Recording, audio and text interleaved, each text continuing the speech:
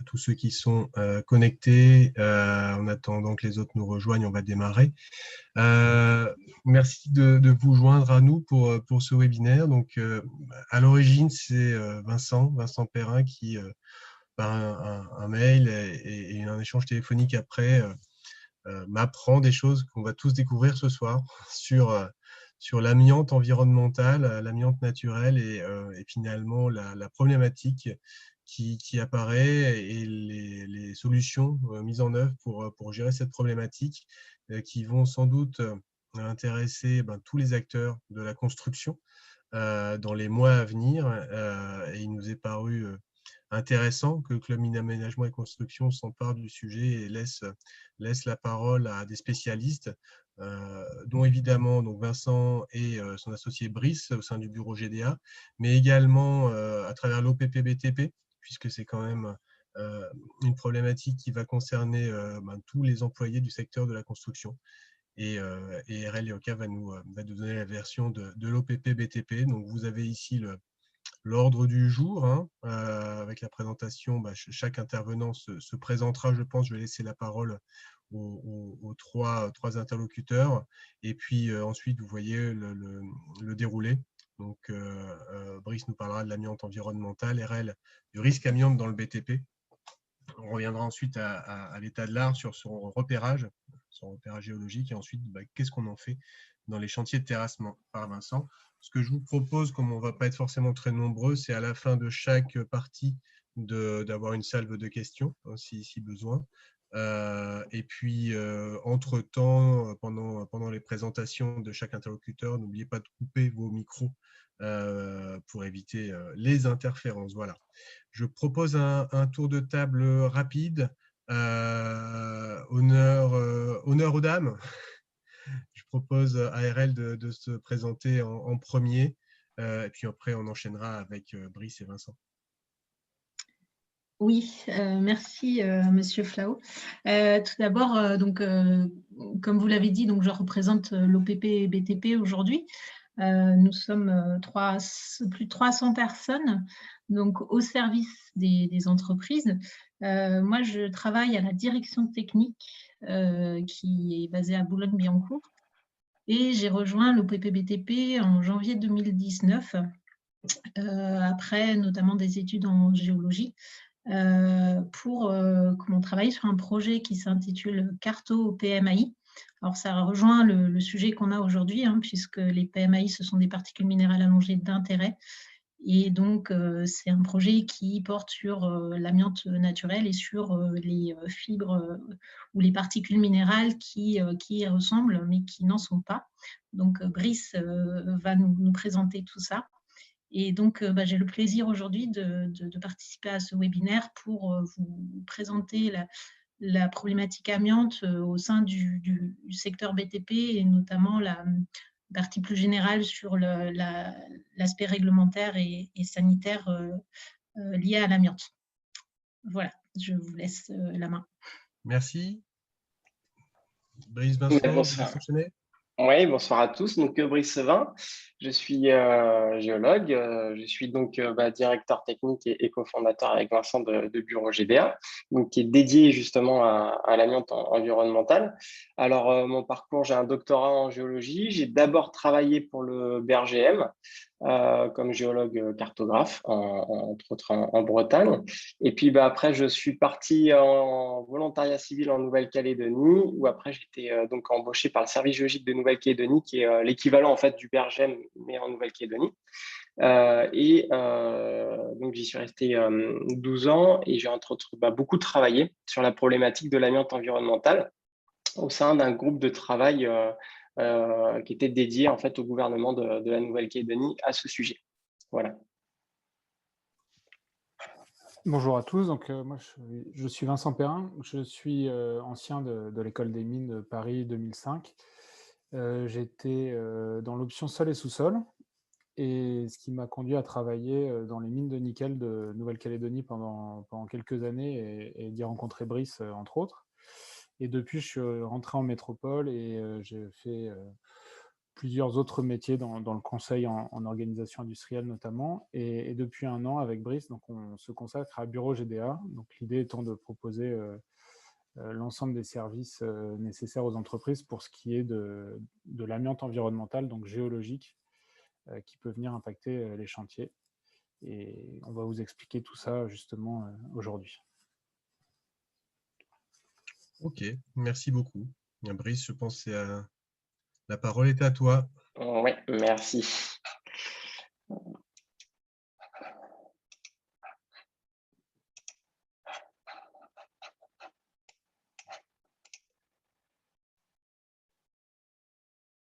C'est bon? Vous confirmez que tout le monde voit l'écran? C'est bon?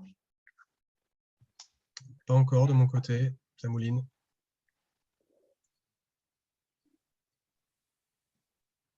C'est bon. Ok. Donc, effectivement, on va parler d'amiante environnementale ou naturelle. Alors déjà, pour, on va dire, aborder ce sujet donc, qui est effectivement peu connu, mais qui n'est pas un sujet nouveau, puisque depuis les années quand même 60-70, ça a été étudié à Chypre, en Turquie, en Grèce, pour voilà, ce sujet de l'amiante environnementale. Pour la France, on va dire les localités qui ont initié le sujet, c'est la Corse et la Nouvelle-Calédonie, puisqu'ils ont des contextes en fait, géologiques très très proches.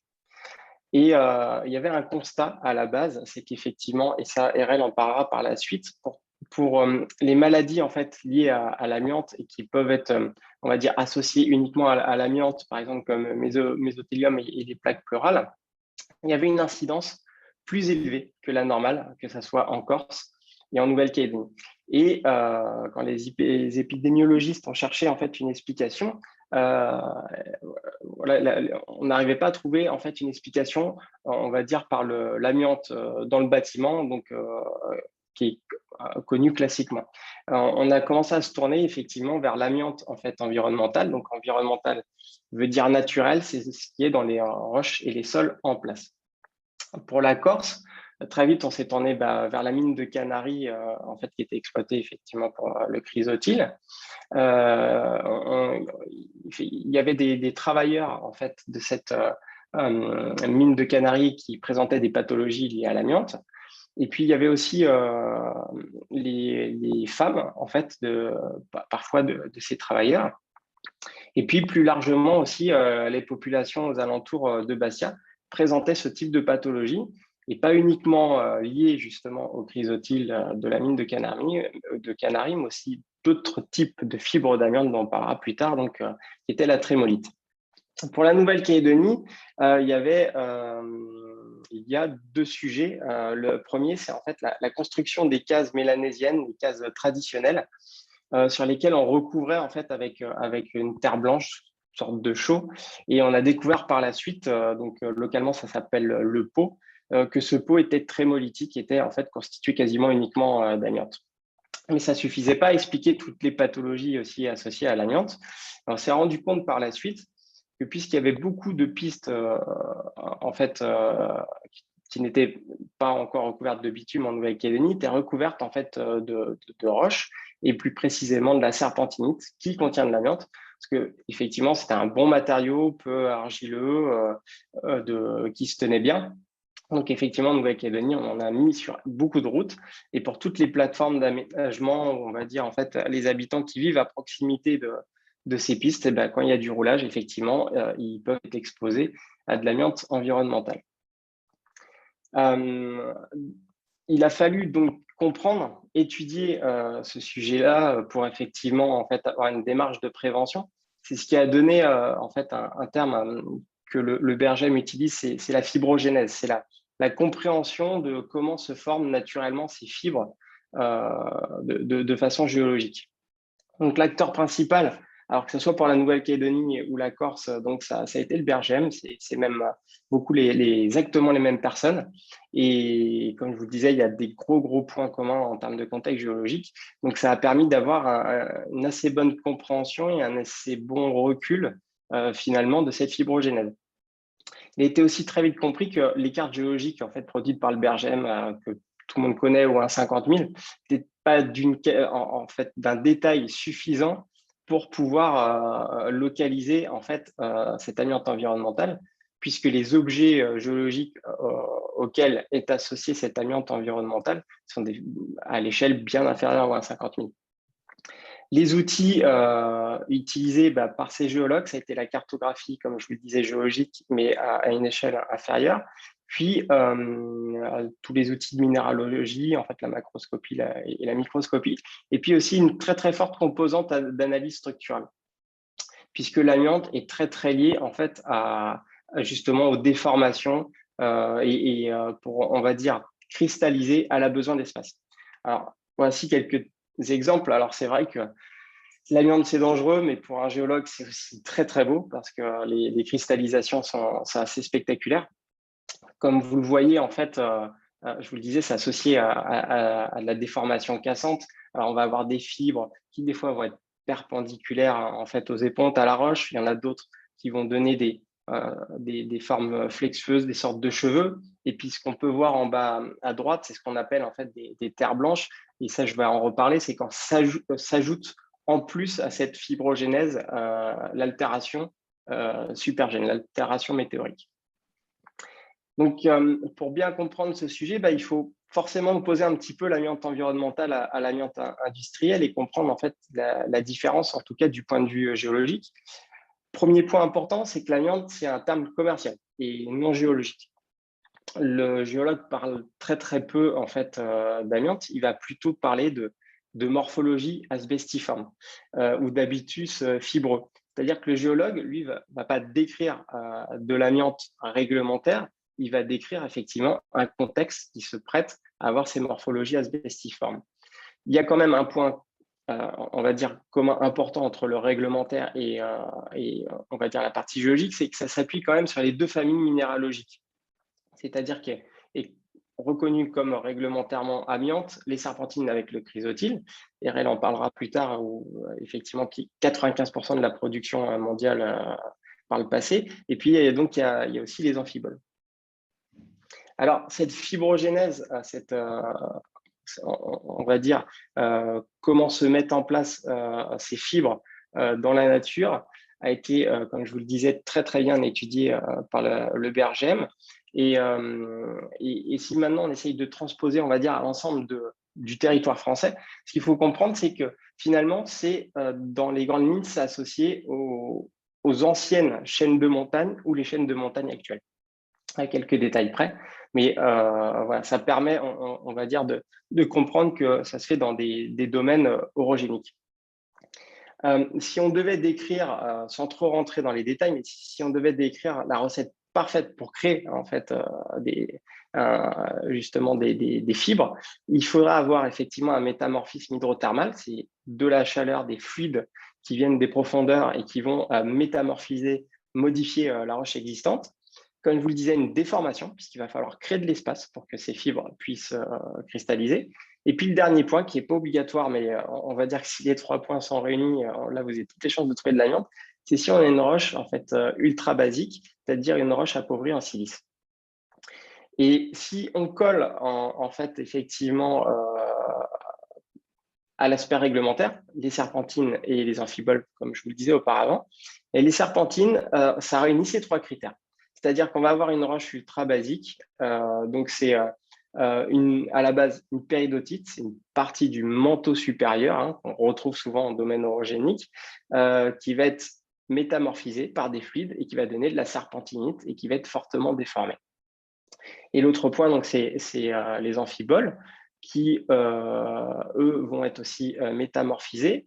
Ça ne demande pas forcément d'avoir des roches ultra basiques.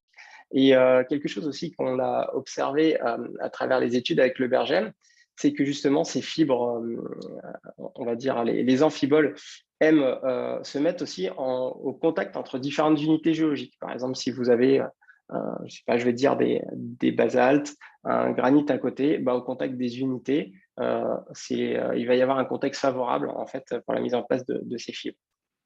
Et le dernier point, c'est, vous pouvez, on va dire, alors là, c'est la cerise sur le gâteau si on a ce phénomène d'altération supergène. Donc, on va dire, l'eau de pluie et l'érosion. C'est ce qu'on voyait effectivement en Nouvelle-Calédonie, qu'on voit aussi en Corse. On va avoir un effet de défibrillation, en fait. Vous voyez, il faut imaginer ces paquets de fibres. En fait, avec l'altération, on va les libérer plus facilement encore. Puis avec le vent et le phénomène d'érosion, les libérer plus facilement dans l'air. C'est le genre de phénomène aussi qu'on peut avoir dans un contexte d'ouverture de tunnel, par exemple. Puisque quand on crée un tunnel, on va créer une décompression de la roche, et effectivement, cette défibrillation a aussi été observée dans les tunnels. Un point aussi intéressant, ce que je vous décris du point de vue géologique, et les outils qu'utilise le géologue pour étudier l'amiante s'apparentent, de mon point de vue aussi, un petit peu à la prospection minière, puisqu'en fait, un géologue va chercher en fait des métallotectes, on va dire des indices sur la présence de minéralisation de métaux. Là, de la même façon, en fait, un géologue dédié à l'amiante va chercher des fibrotectes, des indices qui vont laisser penser qu'effectivement, à tel endroit, on peut avoir un contexte favorable. Alors, à l'échelle du territoire, donc comme je vous le disais, c'est une carte du BRGM, qui vient d'Infoterre, qui montre en fait les zones qui peuvent être concernées par l'amiante environnementale. Vous voyez que effectivement, il y a toutes les zones liées au massif, on va dire montagneux, ancien et actuel, et puis aussi certains cours d'eau, effectivement, qui vont drainer en amont des roches potentiellement amiantifères. Donc, ça fait effectivement, je dois avouer que cette carte est impressionnante, parce qu'on peut se dire, en fait, oui, ce qui n'est pas concerné, c'est effectivement uniquement le nord, mais dans les faits, et on le reverra après à travers la norme, dans les faits, quand vous étudiez en fait la présence potentielle d'amiante environnementale, on est sur, on va dire, c'est pas très fréquent non plus. On va dire sur la plupart des cas étudiés, 90% des cas, on va pouvoir statuer sur l'absence d'amiante environnementale. Donc, ce qu'il y a à retenir sur la partie géologique, c'est que l'amiante environnementale, la particularité, c'est qu'effectivement, elle affecte les travailleurs, par exemple, du BTP, mais elle peut aussi affecter la population. Et c'est ça, on va dire, qui a initié, comme je vous le disais, en tout cas, les sujets de recherche autour de l'amiante environnementale. Une partie importante de la France est concernée par ce sujet, en tout cas bien plus que ce qu'on pensait, parce que c'est vrai qu'avant, on croyait que ça se limitait à la Corse, mais ça va un peu plus loin que ça. Et l'étude effectivement de cette fibrogénèse, c'est vraiment un domaine lié à la géologie, et une étude réalisée en général par un géologue. Voilà pour cette partie. Si vous avez des questions, comme on l'avait dit.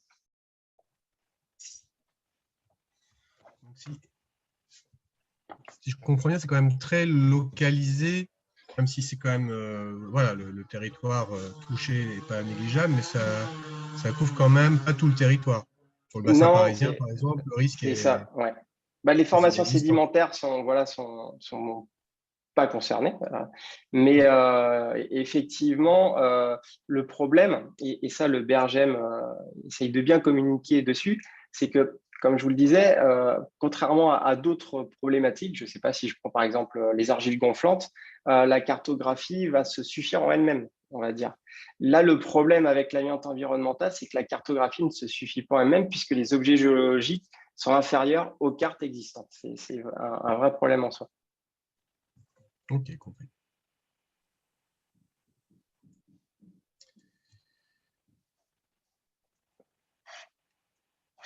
Je propose qu'on passe à la suite s'il n'y a pas de questions. Donc, c'est moi qui prends la main. Alors.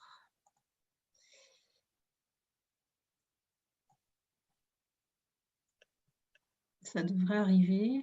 Partager. C'est parfait. Très bien. Alors, merci Brice pour l'introduction. Donc, comme je vous l'ai dit, En me présentant, je représente l'OPP-BTP et je vais vous présenter la problématique amiante d'un point de vue réglementaire pour bien comprendre dans quel contexte se met en place la future réglementation par rapport à l'amiante naturelle ou amiante environnementale que va vous présenter Brice et Vincent par la suite. Donc tout d'abord, l'aspect sanitaire et réglementaire de l'amiante. Quelques rappels pour certains, mais je pense que c'est important de remettre vraiment dans le contexte, puis surtout de rappeler un peu les connaissances qu'on a sur l'amiante, au sens large, hein, qu'elle soit industrielle ou naturelle. Et puis, donc, on va parler des nouveaux secteurs concernés par rapport à la nouvelle réglementation de repérage amiante avant travaux. Il en existait déjà une, mais qui était spécifique au bâtiment et elle a été élargie à d'autres domaines. Et puis aussi, vous présenter rapidement les différents outils qui sont mis à disposition des entreprises pour gérer ce risque. Et c'est des outils qui existent parce qu'il y a eu des campagnes de mesurage, il y a eu les entreprises fournissent en fait les données qu'elles ont pour alimenter ces bases de données, ce qui permet comme ça à toute la filière finalement de gérer au mieux ce risque amiante. Alors tout d'abord, pour ceux qui ne connaissent pas l'OPP-BTP, rappeler ou présenter rapidement cet organisme qui est l'organisme professionnel de prévention du bâtiment et des travaux publics. Donc, il a été créé en 1947 par les partenaires sociaux du secteur de la construction. Et donc, nous sommes basés dans toute la France, donc avec des agences pour chaque région et des conseillers pour chaque département. Et nous avons aussi développé des services en ligne pour accompagner les entreprises dans leur démarche de prévention. Et donc, non seulement nous sommes au service des entreprises, mais aussi des organisations professionnelles et des autorités publiques. Et donc, pour cela, nous proposons un panel de prestations, de l'ingénierie, du consulting, du conseil, de la formation et de l'information avec une documentation très, très complète. Donc, le sujet de l'amiante au sein de l'OPP-BTP est un sujet qui regroupe beaucoup de personnes, notamment dans l'équipe risque chimique de la direction technique, puisque nous sommes 6 personnes au risque chimique à travailler plus ou moins sur ce risque qui est très, très présent. Donc, je vais le présenter hein, là, sur cette première partie de la présentation. Donc, comme vous l'a dit Brice, le terme amiante, c'est un terme d'origine plutôt commerciale, puisque l'amiante a été utilisé pour ses vertus, entre guillemets. C'était un très bon élément pour les matériaux du bâtiment. Son nom l'indique, puisque en grec, on utilise plutôt le terme asbestos, qui veut dire incombustible, et en latin, on utilise le terme amiante. Donc en français, on utilise le terme amiante, qui veut dire incorruptible. Effectivement, il a beaucoup de propriétés physiques qui étaient très intéressantes notamment pour le bâtiment, puisque ça résiste à la chaleur, il a aussi une résistance à la traction, donc on l'a mis dans beaucoup de matériaux. Et pour avoir une idée un peu de ce que c'est l'amiante, donc Brice vous a montré des belles photos. Effectivement, ça peut être, on peut le retrouver sous forme de faisceau d'amiante, comme vous le voyez sur la photo du haut. Et forcément, ce qui est dangereux en soi, c'est qu'on ne le voit pas finalement, puisque si vous regardez le tableau du milieu là, le diamètre d'une fibrille de chrysotile, par exemple, qui est un des amiantes, son diamètre, c'est 0,02 micromètres. Donc là, on est de l'ordre du nanomètre, finalement. Et si on compare à d'autres fibres qui sont utilisées dans le bâtiment que vous pouvez connaître, les fibres céramiques réfractaires, les fibres de carbone, les fibres de verre, on voit que c'est plus de 100 fois, ça peut être plus de 100 fois plus petit, plus fin. Et donc, sur 1 millimètre, on peut avoir 50 000 fibrilles de chrysotile. alors que par exemple un cheveu, dans 1 millimètre, vous allez pouvoir mettre 25 fibres de cheveux. Et ce qui est assez intéressant, c'est de regarder sur la photo de droite. Donc vous voyez bien un cheveu avec ses écailles que l'on voit en microscope, qui fait toute la largeur de la photo. Vous avez une fibre céramique réfractaire à gauche, donc c'est déjà un peu plus fin. Et les sortes de poussières là, un peu fibreuses que vous voyez sur le cheveu, ça va être les fibres d'amiante. Et donc dans plein de matériaux. Celui qu'on connaît le mieux, ça va être, qu'on voit souvent sur les bâtiments agricols, ça va être les tôles ondulées qu'on appelle des fibrociments. Donc, ça contient jusqu'à 90% de chrysotile. En tout cas, ça contient beaucoup d'amiante.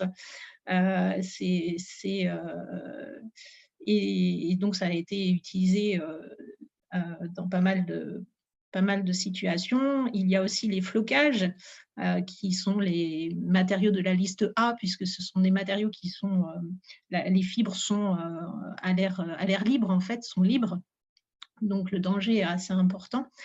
Et les autres risques dont on a moins conscience, ça va être que l'amiante a aussi été ajouté, donc, par exemple, dans des peintures. Donc, typiquement, là, vous avez les peintures gouttelettes qu'on voyait dans pas mal de bâtiments, d'écoles à l'époque. Et souvent, cette peinture contient de l'amiante. Et aussi, sur certaines routes, dans certains enrobés, l'amiante chrysotile a été ajoutée. Et là, on peut faire le parallèle avec l'amiante naturelle, puisque dans ces enrobés, on trouve des granulats qui proviennent de roches qui peuvent contenir de l'amiante naturelle ou les fibres minérales qui ressemblent à de l'amiante.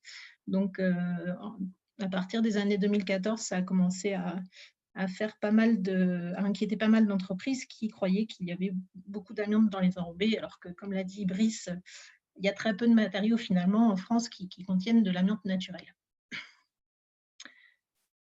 Donc, ce qu'il faut savoir, c'est l'amiante, c'est la première cause de cancer professionnel encore aujourd'hui. Bon, ça, c'est des données de 2015, mais sur les années 2010 à 2015, les chiffres n'ont pas beaucoup évolué. Et si on compare aux autres poussières, aux autres risques chimiques dans le bâtiment, donc par exemple les poussières de bois, on a eu 5 maladies déclarées en 2015, 20 pour les poussières minérales dont la silice cristalline et 230 pour les poussières d'amiante. Donc on voit que c'est un risque encore important. Et entre autres, le risque chimique au sens large, c'est la deuxième cause de maladies professionnelles après les TMS, les troubles musculo-squelettiques. Donc, c'est un risque important à prendre en compte qui n'est pas toujours évident à gérer. La difficulté justement avec l'amiante, c'est que les maladies, en général, surviennent 20 à 30 ans après l'exposition, d'où la difficulté d'avoir une démarche de prévention, puisque ce risque, en fait, n'est pas directement palpable ou visible. Et donc, les maladies typiques de l'amiante, en tout cas de l'inhalation de l'amiante, ça va être l'asbestose, qui est une fibrose pulmonaire, le cancer bronchopulmonaire et le cancer de la plèvre, qu'on appelle le mésothélium.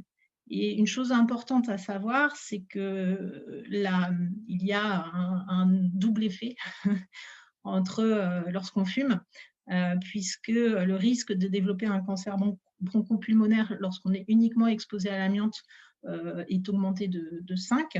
Lorsqu'on est uniquement exposé au tabac, enfin lorsqu'on fume, ce risque de développer un cancer bronchopulmonaire augmente de 10. Et si on a les deux facteurs, ce risque augmente de 50. Donc, c'est vraiment un effet néfaste d'être exposé à ce type en tout cas à la fumée et à l'amiante. Alors, faut savoir que dans le monde, certains pays n'ont pas encore interdit ou l'utilisation de l'amiante. En France, Donc, la date à retenir, c'est le 1er janvier 1997. Donc, tous les bâtiments, certains bâtiments qui ont été construits avant 1997 donc, peuvent contenir de l'amiante. On va voir ce que ça implique derrière. Pour information, l'Union européenne a interdit l'utilisation de l'amiante en 2005. 2 pays intéressants à regarder, ça va être le Canada, qui lui l'a interdit en 2018. Vous allez le voir pourquoi. C'est parce que ça a été un gros producteur d'amiante. Et les États-Unis, il n'y a pas d'interdiction réglementaire, mais il n'est pas utilisé. Et donc, effectivement, pour certains pays, la production d'amiante a encore un grand poids économique. Ce sont des données de 2015. En 2015, la Russie avait produit plus de 1 million de tonnes d'amiante. La Chine est aussi un gros producteur devant le Brésil et le Kazakhstan. Alors, vous voyez en photo à gauche la mine de Thetford au Canada. Donc, il faut bien comprendre que ce sont des gisements d'amiante. Donc là, l'amiante est présente entre guillemets à l'état naturel. C'est une fois qu'il va y avoir que cette amiante va être manufacturée et commercialisée qu'on va parler d'amiante industrielle.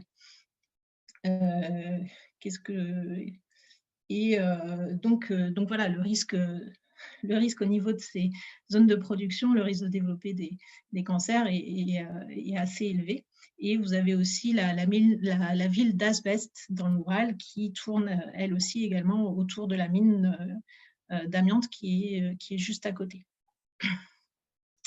Et donc, oui, ce que je n'ai pas forcément dit tout à l'heure, mais l'amiante était appelé Magic Minerai puisqu'il était notamment très facile à produire. Il n'y a pas de produits chimiques, par exemple, à utiliser. Il y a juste à concasser, puis ensuite classer les différentes longueurs de fibres, qualité de fibres. Et donc, pour ça aussi, c'était très intéressant, c'est qu'il n'était pas cher à la production. Et donc, d'un point de vue réglementaire, l'amiante est réglementé par 3 codes. Le code de la santé, le code du travail et le code de l'environnement. Celui qui va nous intéresser, c'est le code du travail. Mais ce qu'il faut savoir, c'est qu'en France, donc, il y a un seuil de présence d'amiante dans l'air qui est de 5 fibres par litre. Donc, il ne doit pas y avoir plus de 5 fibres par litre dans l'air. Ce seuil est vérifié notamment lorsqu'il y a un chantier sur matériaux amiantés qui a été finalisé, et donc avant de le restituer, il faut vérifier que ce seuil ne soit pas dépassé. Et les propriétaires de bâtiments donc, construits avant 1997 ont à leur possession un dossier technique amiante qui répertorie les matériaux amiantés, leur état de conservation, et donc il doit préciser si, par exemple, s'il y a vente, ou lorsqu'il y a vente ou travaux ou démolition de ce bâtiment, s'il y a des travaux à effectuer en prenant en compte ce risque amiante.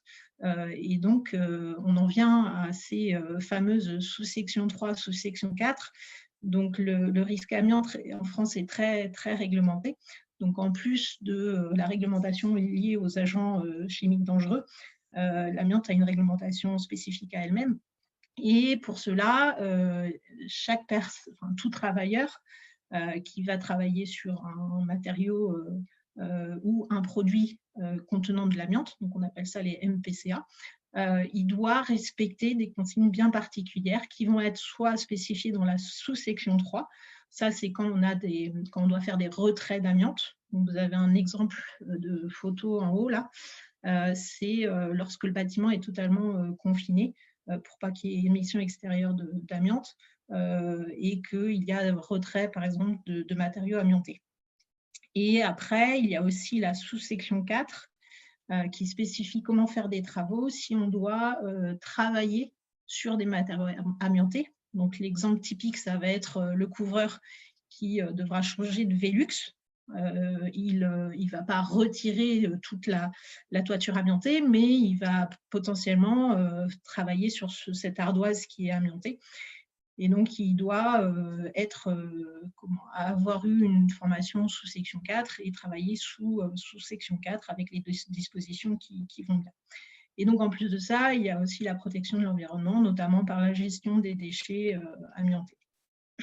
Donc, Vincent et Brice ont rentré plus dans le détail de cette partie-là, mais ce qu'il faut bien comprendre, c'est que toute entreprise qui va être susceptible de travailler sur les matériaux amiantés doit avoir une certification, ce qui implique donc que les travailleurs doivent avoir une formation spécifique, soit sous section 4, soit sous section 3, et ils doivent connaître les moyens de protection collective qui doivent être mis en œuvre, les équipements de protection individuelle qui doivent être utilisés, ceci en fonction de niveau d'empoussièrement notamment. Donc là aussi, Vincent vous en parlera un peu plus. Et ces mesures d'empoussièrement et donc de respect de la valeur limite d'exposition, qui est de 10 fibres par litre sur 8 heures pour les travailleurs, ces mesures doivent être aussi effectuées par des organismes accrédités. Et en plus de ça, il y a des spécificités donc pour certains travailleurs qui ne peuvent pas, par exemple, travailler sur des matériaux amiantés, donc les travailleurs de moins de 18 ans, et pour les intérimaires, ils ne peuvent pas travailler sur certains matériaux. Enfin, voilà, tout ça est très, très bien encadré. Et donc, il y a une nouvelle réglementation qui vient encadrer encore plus justement les domaines concernés par ces repérages, ces obligations de repérage. Donc, ce qu'il faut savoir, c'est qu'il y a une obligation de repérage avant travaux depuis 2012. Le donneur d'ordre a obligation d'évaluer le risque d'exposition, donc obligation de repérage par rapport à l'amiante. Mais le nouveau décret, plus récent, donc de 2017, précise 6 domaines de repérage amiante avant travaux. Le premier domaine, donc il était déjà précisé avant, il y avait déjà un arrêté, il y avait déjà une norme donc, pour les immeubles bâtis, qui a été après mise à jour récemment. Mais ce qui est nouveau, en tout cas, ces dernières années, ce sont les 5 autres domaines. Et ce qui va nous intéresser, c'est le deuxième, puisque ça concerne donc, les terrains naturels, les ouvrages de génie civil et les infrastructures de transport. Et ce domaine va être précisé par 2 normes, et la norme qui ici va nous intéresser et que Brice et Vincent vont présenter plus en détail, c'est la norme de repérage amiante environnementale, donc étude géologique des sols et roches en place, et qui spécifie la méthodologie de ce repérage. Donc cette norme n'est pas encore sortie et l'arrêté qui en fait référence non plus, mais c'est en cours de travaux. Et donc, les 3 autres domaines, on ne va pas en parler, mais il y a un domaine sur les matériels roulants, un domaine pour les navires et un domaine pour les installations diverses. Et du coup, il y a aussi un domaine pour les aéronefs. Alors, il doit en manquer un. Bah oui, forcément, parce qu'on s'arrête à 5, donc il manque le 6e. Vous voyez, il y a toujours des coquilles qui ne sont pas vues avant. Bon, donc voilà pour la partie repérage amiante avant travaux. Juste pour finir, donc je vous ai parlé d'outils de gestion du risque. Donc, par rapport à ces travaux sous section 4 et sous section 3, les entreprises ont besoin de mesures de référence pour justement savoir quel moyen de protection collective, quel EPI utiliser avant de faire leurs propres mesures à eux lors des chantiers. Et donc, il y a plusieurs bases de données. Carto Amiante a été initié par l'OPP-BTP, et propose comme ça des données ou des valeurs d'empoussièrement pour 11 situations de travail de référence. Il y aura d'ici fin juin 2021 4 nouvelles situations du BTP. Skoll Amiante propose donc des valeurs pour des travaux en SS4 et en SS3. Et récemment, l'OPP-BTP a mis à disposition un nouvel outil très pratique, puisque la réglementation parle du cadre, mais ne dit pas toujours comment faire les choses de façon pratique sur le terrain. Et donc, les règles de l'art amiante viennent ici préciser vraiment pour les entreprises les meilleures pratiques en situation. Comment gérer les moyens de protection collective, comment apporter le matériel sur site, comment libérer la zone, voilà, plein de choses pratiques. Et là aussi, les situations de travail vont être alimentées au fur et à mesure. Et voilà, je laisse la main maintenant à Vincent qui va nous parler plus en détail de cette nouvelle future réglementation. Voilà, je vous remercie. Merci beaucoup. Est-ce qu'il y a des questions avant de passer à la suite? Je pense que c'était un rappel assez utile et exhaustif de la problématique amiante traditionnelle. Il n'y a pas de questions dans le chat, alors je vous propose qu'on passe à la suite avec Vincent. C'est Brice, c'est moi qui, oui, c'est ça. Alors, à Brice, pardon. Pardon.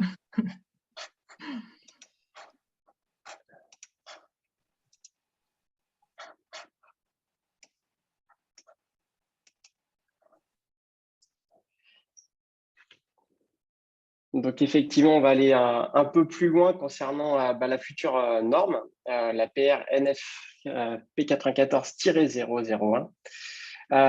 Donc, comme vous l'a présenté Erel, effectivement, beaucoup d'arrêtés et de normes sont déjà sortis. Là, vous voyez une sorte de logigramme qui montre en fait la logique réglementaire. Effectivement, on part de la loi El Khomri, il y a le décret de 2017, puis après les différents domaines. Et en rouge, ce sont les domaines où on attend encore les publications. En fait, il y a toujours eu une norme en général qui est suivie effectivement de l'arrêté, avec la particularité de ce domaine où il y a effectivement deux normes. Alors, les normes, donc, ça se fait de façon collégiale. Effectivement, dans le groupe de travail, il y a des représentants d'entreprises du BTP, VRD, des carriers. Donc, on va dire les entreprises concernées, forcément des géologues, et puis plein d'autres domaines, effectivement, pour que ça se fasse de façon collégiale. Et ce que je vais évoquer, en fait, se réfère à la norme, on va dire, dans sa dernière version, qui est la version de l'enquête publique. Donc, ce qui veut dire qu'effectivement, lors de sa publication, il y aura peut-être encore quelques petites modifications par rapport à ce que je vais vous présenter, et je soulignerai les modifications possibles qui sont déjà en fait à aborder, on va dire, dans le groupe de travail. Donc, cette norme, c'est effectivement un outil indispensable, puisqu'on s'éloigne des autres domaines habituels, on va dire, qui sont proches en fait du métier des diagnostiqueurs, voire des diagnostiqueurs immobiliers. Et là, effectivement, on est dans un domaine totalement différent, puisqu'on tombe dans le domaine de la géologie. Et cette norme précise effectivement toutes les modalités et les méthodologies qui peuvent être utilisées pour faire ce repérage avant travaux. Ce qui est très très bien dans cette norme, et je vous le montrerai, c'est qu'elle est progressive. Il y a différents niveaux qui peuvent se succéder pour aller plus en détail, effectivement, dans la compréhension liée au périmètre de repérage qui est choisi, et en fonction, bien évidemment, du projet, une voirie, du génie civil, enfin des choses comme ça. Il faut effectivement que le géologue adapte sa méthodologie, son étude et son périmètre vis-à-vis du projet. Et puis, le dernier point, c'est que cette norme, mais aussi l'arrêté, vont définir effectivement les critères nécessaires et les compétences pour faire ce repérage et pour être en fait ce qu'on va appeler géologue opérateur de repérage. Je vous le disais, cette norme propose une méthodologie en fait progressive. Alors voilà le logigramme qui est tout droit sorti de la norme sur la version d'enquête publique. Ce que je vous propose, c'est plutôt de simplifier, on va dire, ce logigramme en 3 étapes qui sont définies en fait par 3 missions: mission A0, mission A1, mission A2. La première étape, c'est tout simplement en fait une analyse documentaire et cartographique. C'est-à-dire que le géologue va récupérer le maximum de données, les cartes BRGM, les rapports BRGM aléa amiante, puisqu'il y a déjà pas mal d'études qui ont été réalisées où on peut avoir un peu plus de détails sur des zones cartographiques ou des informations sur des prélèvements d'échantillons, des analyses associées. Et voilà, donc le géologue doit réunir le maximum d'informations pour faire cette analyse documentaire et cartographique et va définir si effectivement il y a absence ou suspicion de présence d'amiante.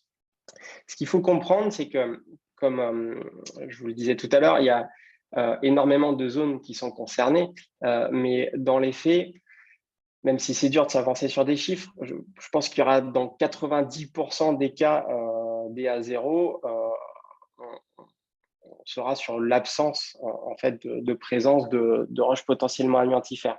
Donc, dans très peu de cas, en fait, on ira jusqu'à l'étude de terrain. Et effectivement, tout dépend des régions, comme l'exemple de la Corse dont on parlait tout à l'heure.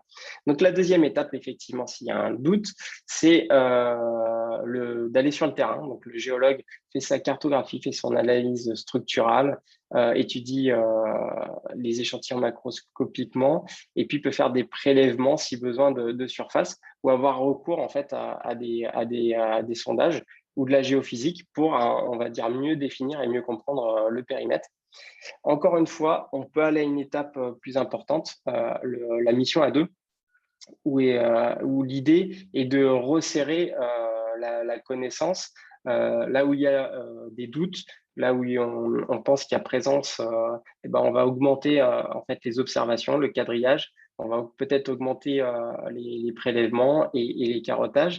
Et puis l'autre point, c'est que dans cette étape, on va réaliser des analyses via des laboratoires qui sont accrédités COFRAC, qui vont faire du microscope optique à lumière polarisée, mais aussi du microscope, on va dire, électronique à transmission, et on va dire de façon réglementaire, avec cette accréditation COFRAC, ils vont pouvoir dire oui, non, réglementairement, c'est de l'amiante. Alors qu'à l'étape A1, on reste plutôt sur l'étape microscope à lumière polarisée, tout simplement. Donc, vous voyez vraiment une idée de progressivité dans cette norme.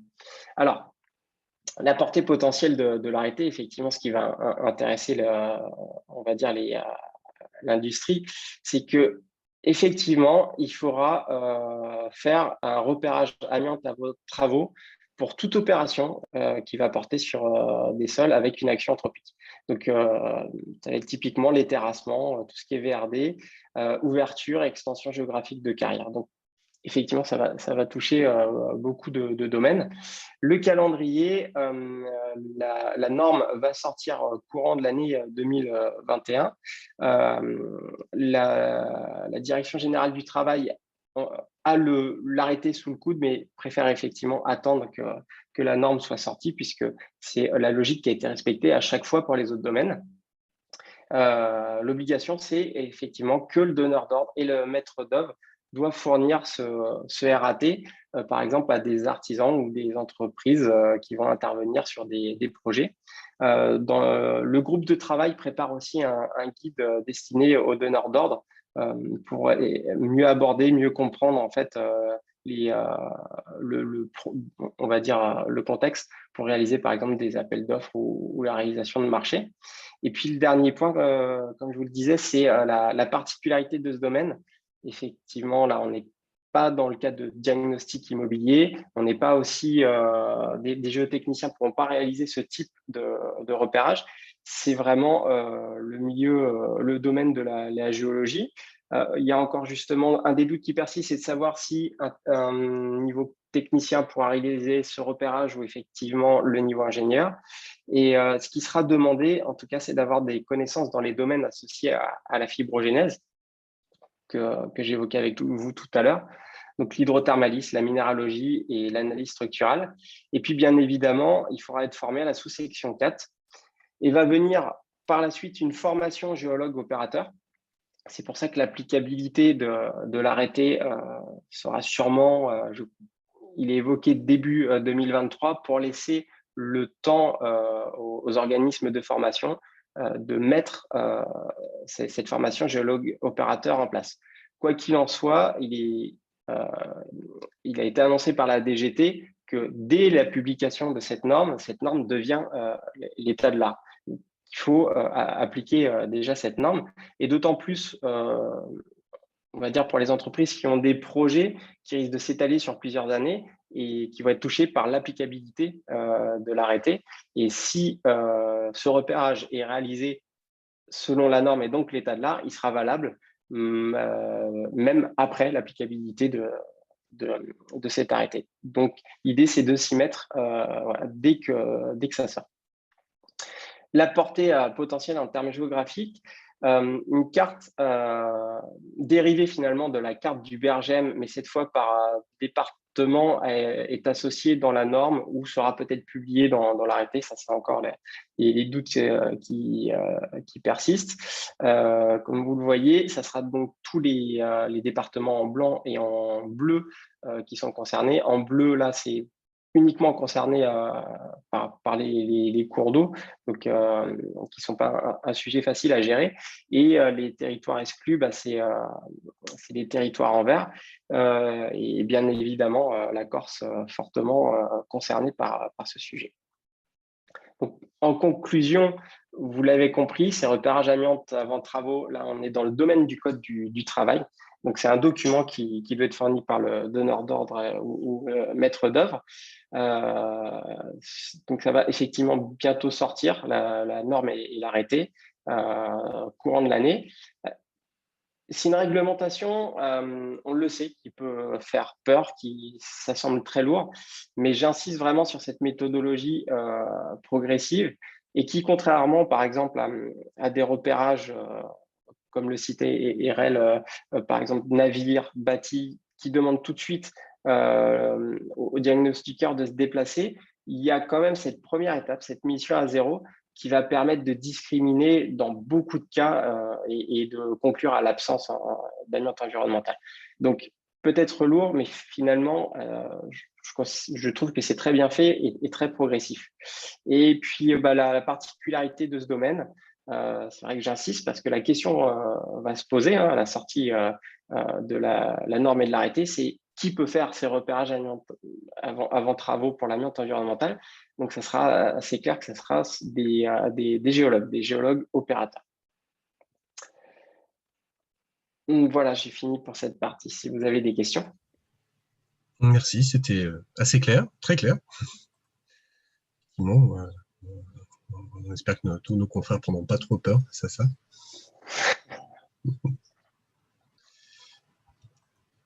Pas trop de questions. La suite à Vincent, alors. Parfait. Alors, est-ce que vous voyez bien? C'est bon. Super. Du coup, pour conclure, l'idée, c'était de vous présenter un peu concrètement à quoi ça va ressembler de faire un chantier sur des terrains amiantifères.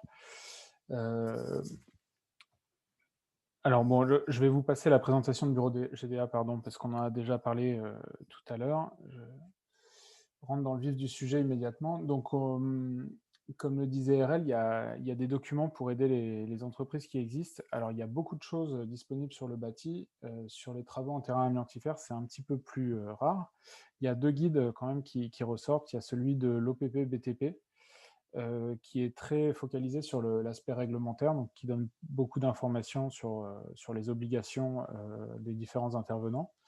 Et il y a le guide 6142 de l'INRS qui rentre un peu plus dans le détail des modes opératoires avec des exemples de chantiers de terrassement. Et en plus, ils suivent une approche qui est intéressante et que je vais reprendre là dans la suite, qui est rechercher, éviter et réduire donc l'exposition à l'amiante. Donc le premier point, c'est rechercher. Donc c'est ce que vous exposez, Brice. C'est l'objet de la méthodologie de la norme qui va sortir. Et dans l'attente, le guide avait proposé quelque chose qui ressemble beaucoup. Il y a des petites différences, mais c'est pas très significatif, avec un zoom progressif en fonction de la définition du projet, A1, A2, un petit peu comme G1, G2, par exemple, dans les études géotechniques. Sauf que ça part du principe qu'on déclenche tout ça si on est dans un secteur d'aléa identifié et pas évident de savoir quand est-ce qu'on est dans un secteur d'aléa identifié. Donc l'exemple qu'ils mettent en avant dans le guide, c'est la Haute-Corse, donc qui est notoirement connue pour présenter beaucoup de formations amiantifères ou asbestiformes, et sur lequel le BRGM a fait un gros effort de cartographie. Donc ils sont descendus au 30 millième pour faire des cartes d'aléa avec différents niveaux. Et la logique du guide, c'est de dire que si on est dans un niveau moyen ou supérieur, ou plus ou moins 50 mètres, il faut faire 1 à 1 et ensuite plus si besoin. Et ce qu'on constate, nous, en pratique, et Brice le disait déjà un petit peu, c'est sur le terrain, ce n'est pas des échelles qui permettent vraiment d'être sûr qu'il y aura de l'amiante ou pas sur un terrain. Et les clients qu'on peut avoir en Corse ont eu des surprises dans les deux sens. C'est-à-dire, des fois, ils étaient en zone d'aléa très fort et il s'avérait que pas du tout. Et l'inverse étant plus gênant, ils se sont retrouvés avec des formations vraiment critiques sur des chantiers qui pensaient exempts. Donc, ça souligne la nécessité du A0 dont parlait Brice, c'est-à-dire d'avoir un géologue qui prend un regard critique sur les informations disponibles et qui éventuellement va sur le terrain pour lever un doute. La logique du guide, en gros, vous voyez le logigramme de décision, on ne va pas rentrer dans le détail, mais vous voyez qu'il y a deux sorties possibles, c'est un peu noir ou blanc. Soit il n'y a pas d'amiante et tout va bien, on est sur un chantier classique, soit on en trouve et on bascule en SS3. Donc c'est des conditions que je vais détailler un petit peu plus loin et qui impactent assez sérieusement le chantier. Toutefois, il reste des options pour le donneur d'ordre. Alors la plus radicale, c'est tout simplement annuler le chantier. Ça peut être pertinent quand c'est des travaux qui ne sont pas très importants ou pas absolument nécessaires. On peut le déplacer. C'est aussi possible dans beaucoup de cas, et notamment quand les zones sont bien cartographiées par le géologue, on peut vraiment adapter le projet aux zones amiantifères pour y aller le moins possible. Et il y a une dernière option qui n'est pas facile, qui est de réduire suffisamment le chantier pour basculer en conditions SS4. Alors les conditions SS4, RL vous en a un petit peu parlé, et c'est une polémique un petit peu récurrente de savoir si on est en SS3 ou SS4. Il y a des arbres de décision qui sont mis à disposition de la DGT, et là je vous ai mis en avant la définition de l'OPP-BTP dans son guide. Globalement, pour être en sous-section 4, il faut être limité, que ce soit dans le temps ou dans l'espace. Donc, si vous allez changer, je ne sais pas, un lampadaire, ça va. Si vous refaites toute une canalisation sur 300 mètres, ça ira pas. Donc, c'est assez difficile de requalifier des travaux en sous-section 4. Alors, en termes d'impact, donc maintenant, on est sur le réduire. On est obligé d'aller travailler dans une zone où on sait avoir de l'amiante, et comment on réduit l'exposition des intervenants, mais aussi des riverains. Alors, le premier exemple, c'est en sous-section 4. Donc, par exemple, les repérages, c'est-à-dire que nous, en tant que géologue, quand on vient faire un repérage, des sondages ou des prélèvements, on intervient en sous-section 4 parce qu'on soupçonne la présence d'amiante. Donc, on applique les valeurs limites d'exposition qui vont nous donner en fait des préconisations pour choisir nos équipements de protection individuelle. Et donc, en pratique, la plupart des professionnels adoptent les masques ventilés pour des raisons de confort et de protection, et les combinaisons intégrales. Et ça entraîne aussi la limitation dans une journée de travail du temps qu'on peut passer en combinaison. Donc, ça limite à 6 heures, ce qui est une contrainte non négligeable. Et ensuite, je vous ai listé, donc je ne vais pas faire l'inventaire complet, l'ensemble des contraintes. Ce qu'il faut retenir, c'est qu'il faut adapter son système de management de la sécurité. Donc, en termes d'évaluation des risques, de mode opératoire, il y a des choses spécifiques à mettre en place, notamment avec une communication à la médecine du travail. Les salariés doivent être sous surveillance médicale renforcée, donc ils vont plus souvent voir le médecin du travail. Il faut, à la fin de leur période de travail chez vous, leur remettre un dossier avec toutes leurs expositions. Et il faut qu'ils soient formés, évidemment, mais l'avantage, c'est que c'est une formation qui peut être dispensée par l'employeur et qui n'est pas très lourde. Donc, on voit que c'est exigeant pour protéger les gens, mais ce n'est pas non plus des exigences astronomiques. c'est quelque chose qu'une société peut envisager, de former une équipe à travailler en SS4, c'est pas inatteignable. Quand on arrive dans le domaine du SS3, donc là, la réglementation, elle a été faite pour les gens qui font du retrait d'amiante, voilà, qui passent leur journée dans de l'amiante et qui le manipulent.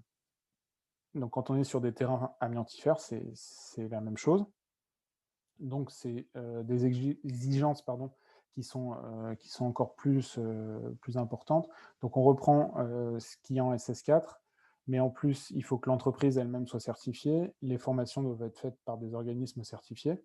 Donc, tout ça, ça demande aussi un gros investissement. Donc, ça sera plutôt des entreprises qui vont se tourner vers ce marché-là spécifiquement ou qui vont dédier une équipe à tout ça. Ce n'est pas forcément l'entreprise classique avec laquelle le donneur d'ordre a l'habitude de travailler. Et il y a 2 autres points qui sont vraiment à prendre en compte. En SS4, vous faites un chantier test une fois par an pour vérifier les conditions dans lesquelles vous travaillez et vérifier que vos EPI sont adaptés. En SS3, c'est en continu, donc vous faites des mesures d'ambiance avant, après et des mesures pendant sur vos opérateurs. Donc c'est quelque chose qui est évidemment plus lourd à organiser et vous devez soumettre un plan de retrait et d'encapsulement, un PRE, à l'inspection du travail et aux organismes de prévention.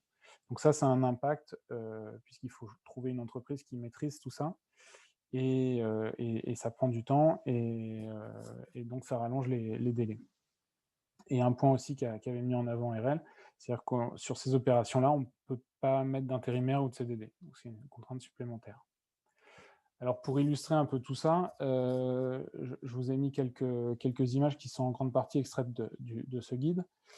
Sur les protections collectives, alors le grand classique, le plus simple, c'est l'aspersion. Donc on arrose pour éviter les envolements de poussière.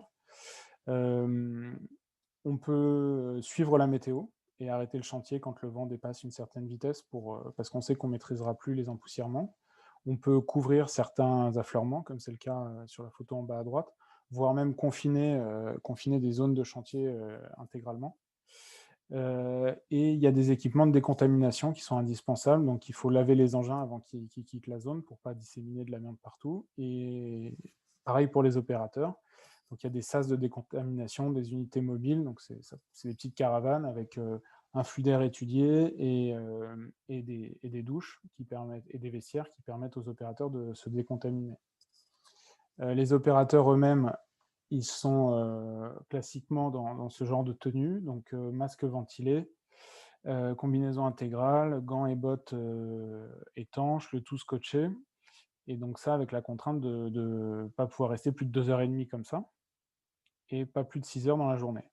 Donc ça veut dire, si vous calculez bien, grosso modo, c'est 3 vacations de 2 heures, et à chaque fois, ça demande un déshabillage, rhabillage complet. Donc on voit les contraintes avec décontamination, etc. Donc ça prend un certain temps.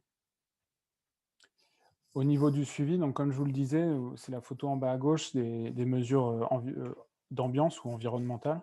Donc là, on va vérifier que le chantier ne disperse pas des fibres en quantité supérieure aux fameuses 5 fibres par litre.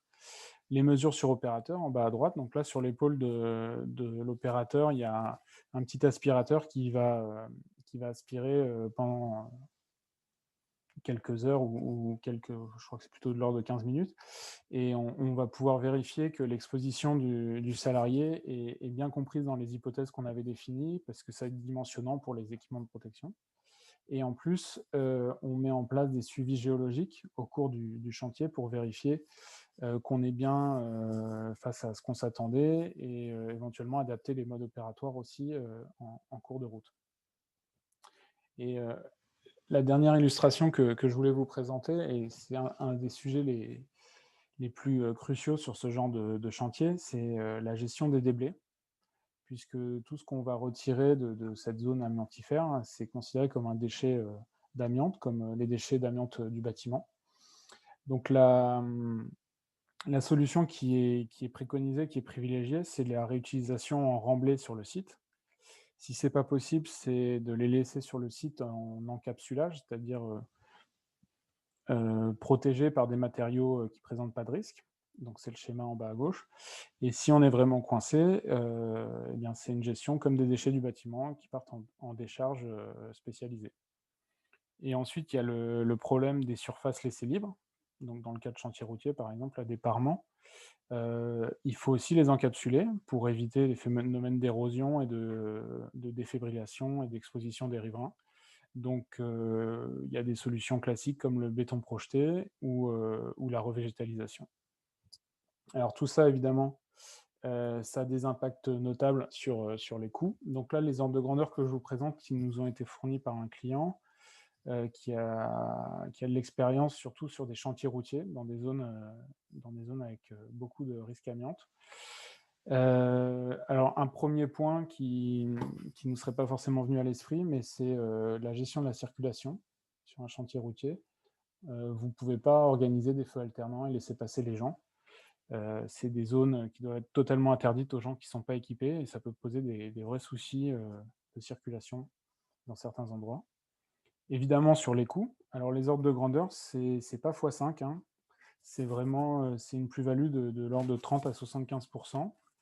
Et pour les prix unitaires, prendre en compte essentiellement les cadences qui sont fortement ralenties, toutes les contraintes, plus un coût de mise en place du chantier avec les unités de décontamination, les surfaces de nettoyage, etc.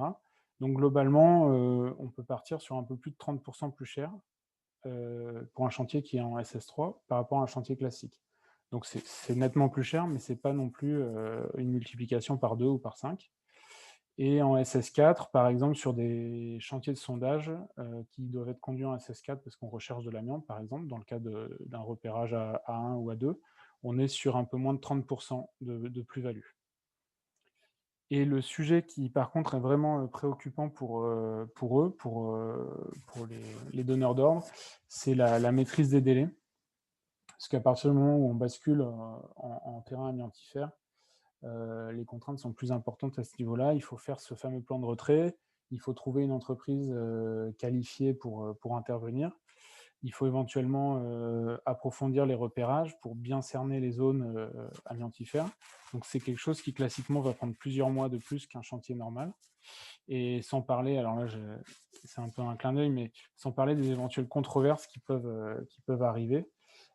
Quand plusieurs experts ne sont pas tout à fait d'accord sur la présence ou pas d'amiante, les fameuses PMA. Donc ça peut vite devenir compliqué, d'où l'intérêt de la norme qui va mettre au clair une façon de rechercher l'amiante.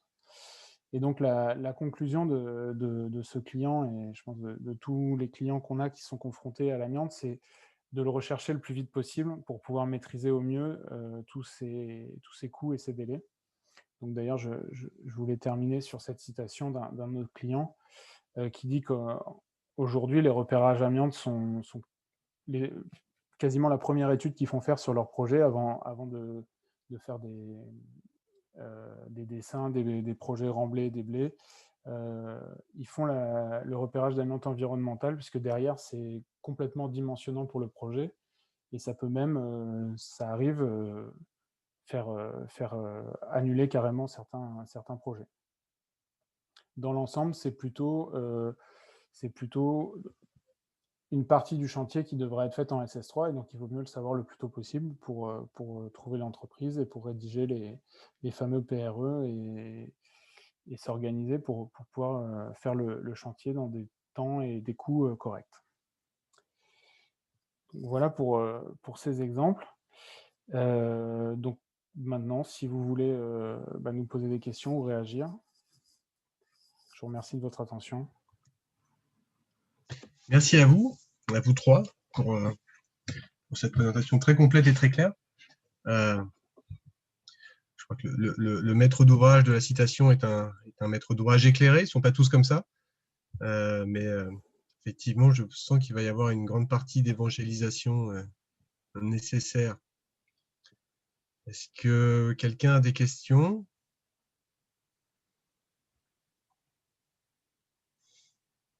Je crois que la chaleur accablante et l'heure un peu avancée de la journée a eu raison. Les terrasses ont eu raison de nous. C'est ça. Dans tous les cas, ce webinaire ayant été enregistré, Je le mettrai en ligne, alors si je peux aujourd'hui ou plus tard en fin de semaine sur la chaîne YouTube du club. Un lien sera envoyé à tous les inscrits. Vous pourrez ainsi revoir, et puis il sera évidemment accessible à tous les membres du club cotisants, comme la plupart, si ce sont toutes nos vidéos, voilà, tous nos enregistrements. Et puis je pense que vous avez vu les coordonnées de nos interlocuteurs. Si ce n'est pas le cas, n'hésitez pas à nous réécrire au club, on vous les transférera. Je pense que vous avez du boulot, Brice et Vincent, pour les mois à venir. Je constate aussi que c'est sans doute un sujet qui risque d'intéresser les jeunes élèves des écoles des mines, puisqu'on voit bien qu'il va y avoir besoin de géologues et d'experts, donc sans doute des vocations à venir. Voilà. Écoutez, merci à tous. Merci beaucoup. Merci. Une bonne soirée. Et puis, peut-être qu'on aura l'occasion de renouveler plus tard, et c'est peut-être en présentiel à l'école des mines cette fois, d'ici la fin de l'année, une fois que le décret sera paru. Avec plaisir. Très bien. Merci. Merci beaucoup.